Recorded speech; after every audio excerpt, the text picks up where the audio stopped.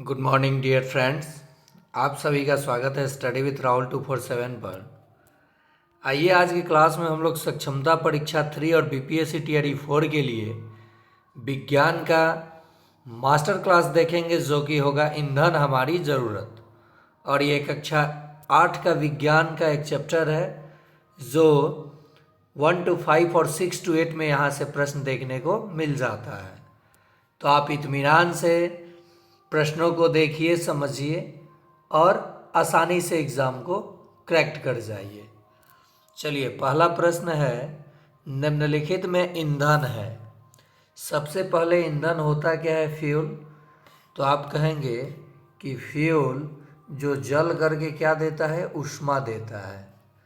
क्या देता है? ऊष्मा देता है। तो वो क्या कहलाएगा? ईंधन कहलाएगा।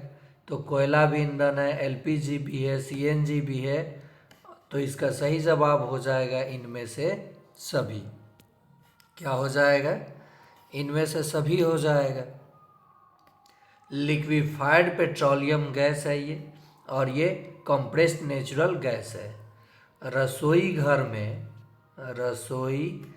घर में या खाना बनाने में कौन से ईंधन का उपयोग होता है? तो कोयला का भी उपयोग होता है, लेकिन वहाँ ऑप्शन में कोयला नहीं रहेगा, एलपीजी के साथ जाइएगा। वाहनों में कौन से ईंधन का उपयोग होता है? तो वहाँ डीजल पेट्रोल नहीं होगा, सीएनजी होगा। तो इसके साथ जाइएगा। चलिए, अगला प्रश्न है, निम्नलिखित में ईंधन नहीं है। ऑप्शन है कोयला, एलपीजी, सीएनजी, लोहा। तो लोहा जो है ये ईंधन नहीं है। अगला प्रश्न है, वाहनों में उपयोग होने वाले ईंधन है। तो चलिए, आप लोगों के लिए 1 नंबर प्रश्न रहेगा ये। 1 नंबर, क्योंकि मैं अभी जो चर्चा किया था कि वाहनों में कौन सा ईंधन उपयोग में आता है। ऑप्शन है एलपीजी, सीएनजी, लकड़ी या कोयला। कमेंट में जवाब ज़रूर दीजिएगा। और अगर आप सेशन को देख रहे हैं, इस चैनल को देख रहे हैं, तो चैनल को सब्सक्राइब कर लीजिए। जीके, जीएस, मैथ्स, रीजनिंग, ये सब आपको मैं बिल्कुल आसान तरीके से एकदम बेसिक से सिखा दूंगा। यह प्रश्न, निम्नलिखित में सर्वोत्तम प्रकार का कोयला है। कार्बन के आधार पर कोयला को वर्गीकृत किया गया है 4 भाग में, और चारों का ये नाम दिया गया है। कोयला के कितने प्रकार? तो 4 प्रकार, जिसमें 90 से 95% कार्बन एंथ्रासाइट में होता है। इसीलिए एंथ्रासाइट सर्वोत्तम प्रकार का कोयला है। और यह एक जीवाश्म ईंधन है। क्या है? जीवाश्म ईंधन है। याद रखिएगा, ये कैसा ईंधन है? तो जीवाश्म ईंधन, जीवों के अवशेष से बना है। सभी ईंधन मुख्य रूप से डैश के बने होते हैं। किसके बने होते हैं? कार्बन के बने होते हैं। इनमें से कौन द्रव के रूप में पाया जाने वाला ईंधन है? तो जो पेट्रोलियम है ये द्रव के रूप में, कोयला और लकड़ी ठोस के रूप में, और प्राकृतिक गैस ये गैस के रूप में।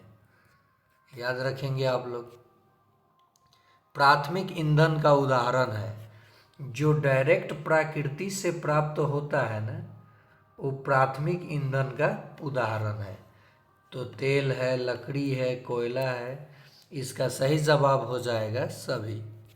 और जो प्राथमिक ईंधन के द्वारा प्राप्त होते हैं वो द्वितीयक ईंधन कहलाते हैं। जैसे चारकोल है, कोक है, रसोई गैस है। तो इसका भी जवाब हो जाएगा सभी। निम्नलिखित में जीवाश्म ईंधन है, ये बताइए कि इसमें से जीवाश्म ईंधन कौन है? ऑप्शन 2, प्रश्न 2 आप लोगों के लिए। कमेंट में जवाब आप लोग ज़रूर देंगे। कोयला को वायु की अनुपस्थिति में गर्म करने पर प्राप्त होता है। ऑप्शन है कोयला, पेट्रोलियम, कोक, इनमें से कोई नहीं। सही जवाब हो जाएगा कोक।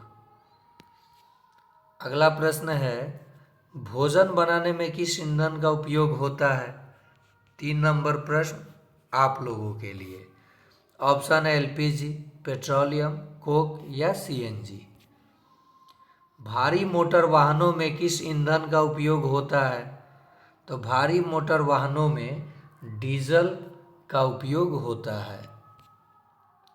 मलहम, मोमबत्ती और वैसलीन के उपयोग होता है। वैसलीन में कौन से ईंधन का उपयोग होता है?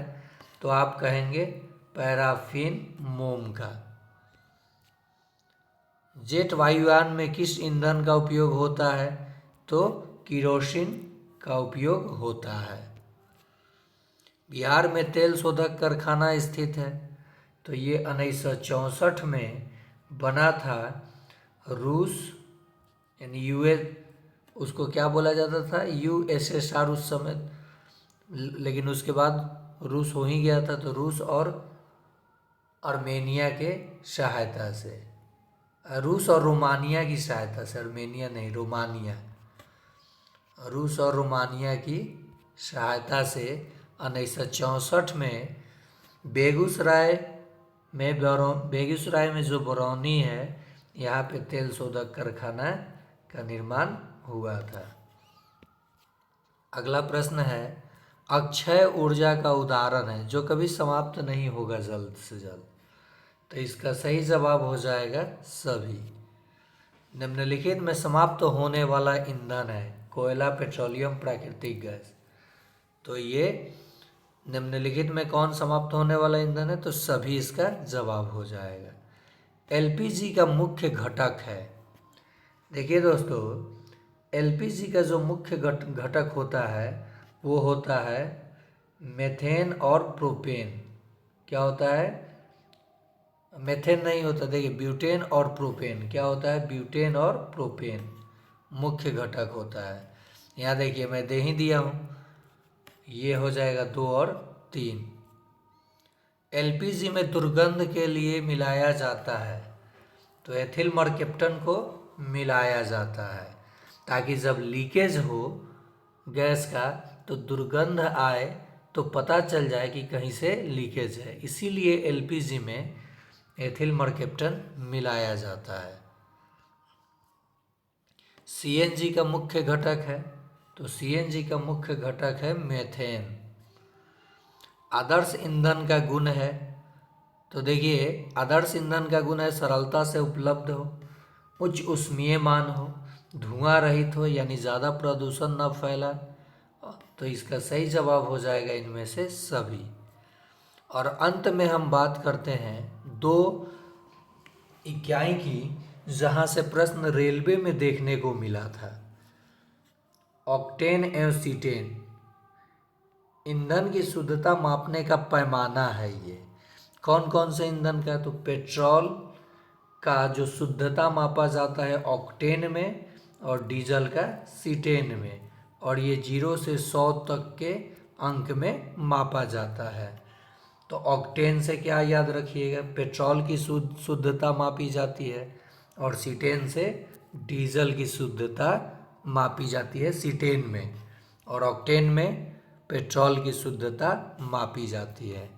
तो यदि आप इस वीडियो को देख रहे हैं, इस चैनल को देख रहे हैं, तो कम से कम सब्सक्राइब नहीं तो लाइक ज़रूर कीजिए, क्योंकि 2 बजे 3 बजे सुबह में उठ कर के आप लोगों के लिए वीडियो सेट करना, ये प्रश्न उसके बाद पढ़ाना और सारे एनसीईआरटी एससीईआरटी का निचोड़ लेना, ताकि जब भी एग्ज़ाम में प्रश्न आए तो आपका छूटे नहीं।